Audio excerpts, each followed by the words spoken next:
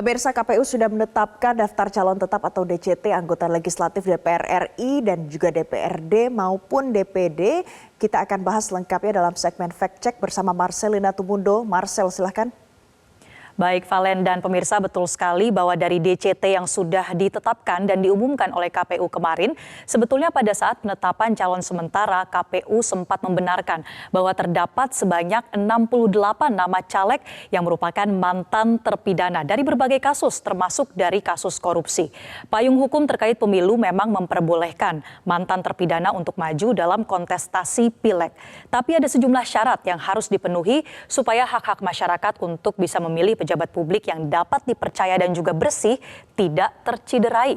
Bagaimana sebetulnya aturan main dalam pertarungan mantan terpidana di Pileg 2024? Kita simak informasinya berikut ini, pemirsa.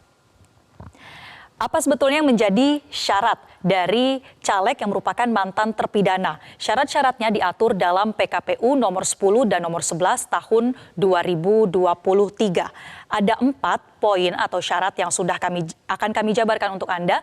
Yang pertama, ini yang ada kotak hitam ini merupakan syarat bahwa PKPU ini mengatur terpidana telah selama 5 tahun melewati masa jeda atau masa tunggu setelah ia selesai menjalani proses pidananya atau pidana pokok, pidana penjara, lalu harus menunggu selama 5 tahun baru boleh mencalonkan sebagai calon legislatif. Aturan ini sering disebut sebagai masa jeda atau masa tunggu, sehingga untuk terpidana yang sudah dinyatakan bebas tidak bisa langsung nyalek, tapi harus menunggu dulu selama 5 tahun.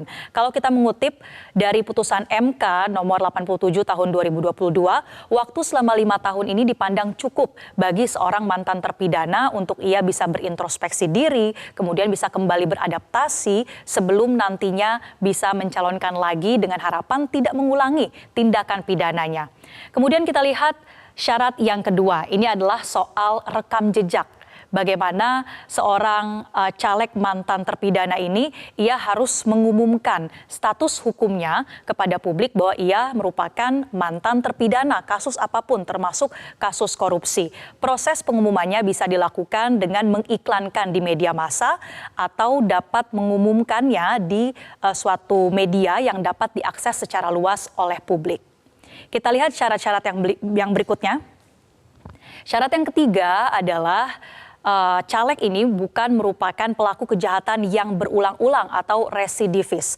Tujuannya adalah agar publik bisa menentukan caleg mana yang berintegritas. Jadi sekalipun sudah berbuat salah satu kali, tapi setidaknya jangan diulangi lagi. Dan untuk ketiga syarat pertama yang tadi kami sebutkan, pemirsa, sebetulnya PKPU merujuk pada putusan MK nomor 87 tahun 2022. Namun ada tambahan pasal dalam PKPU nomor 10 dan 11 tahun 2023 terkait ketentuan khusus untuk mantan napi yang mendapat pidana tambahan berupa pencabutan hak politik. Nah, ini yang ada tanda centang-centang itu ya, itu merupakan ketentuan khusus. Jadi simulasinya adalah jika terpidana dihukum pencabutan hak politik selama 3 tahun misalnya, maka ia cukup menunggu selama 3 tahun saja untuk dapat kembali mencalonkan diri sebagai calon anggota legislatif. Jadi walaupun belum genap 5 tahun, tidak apa-apa asalkan sudah menjalani pencabutan hak politik.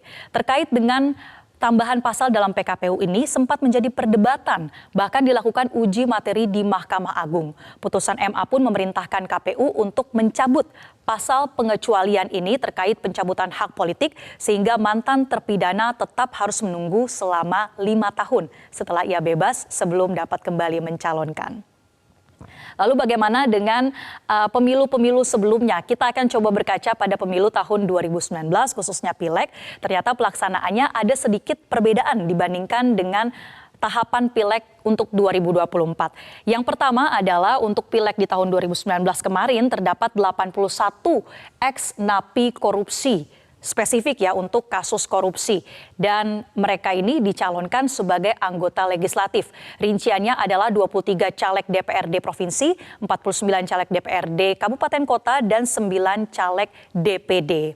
Kemudian mereka berasal dari 14 partai politik atau artinya 14 dari 16 partai politik peserta pemilu di tahun 2019 mencalonkan ex-koruptor sebagai calon wakil rakyat.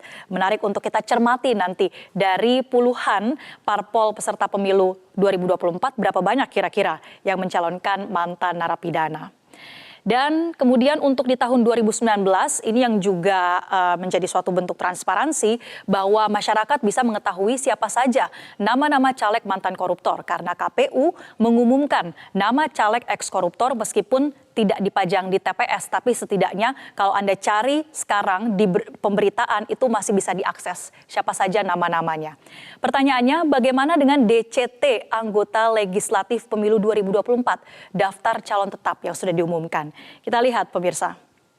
Jadi kemarin KPU sudah mengumumkan DCT dan kalau kita kilas balik sedikit ke penetapan calon sementara, KPU membenarkan bahwa terdapat 68 nama ex-napi atau terpidana yang sempat ditemukan dalam DCS anggota DPR dan DPD RI. Dan kemudian sepanjang dilakukan tahapan verifikasi dari calon sementara ke calon tetap, memang ada ratusan bacalek yang dinyatakan tidak memenuhi syarat. Sehingga KPU kemarin mengumumkan sebanyak total 9.917 caleg DPR RI dan 668 caleg DPD. Akan tetapi kita belum mengetahui secara lengkap nama-namanya dan juga apakah nantinya KPU akan mengumumkannya ke publik. Tapi pernyataan terakhir dari KPU mengatakan bahwa tidak akan ada pengumuman kepada publik karena itu tidak diatur secara spesifik di dalam undang-undang atau payung hukum pemilu 2024. Jelajahi cara baru mendapatkan informasi. Download Metro TV Extend sekarang.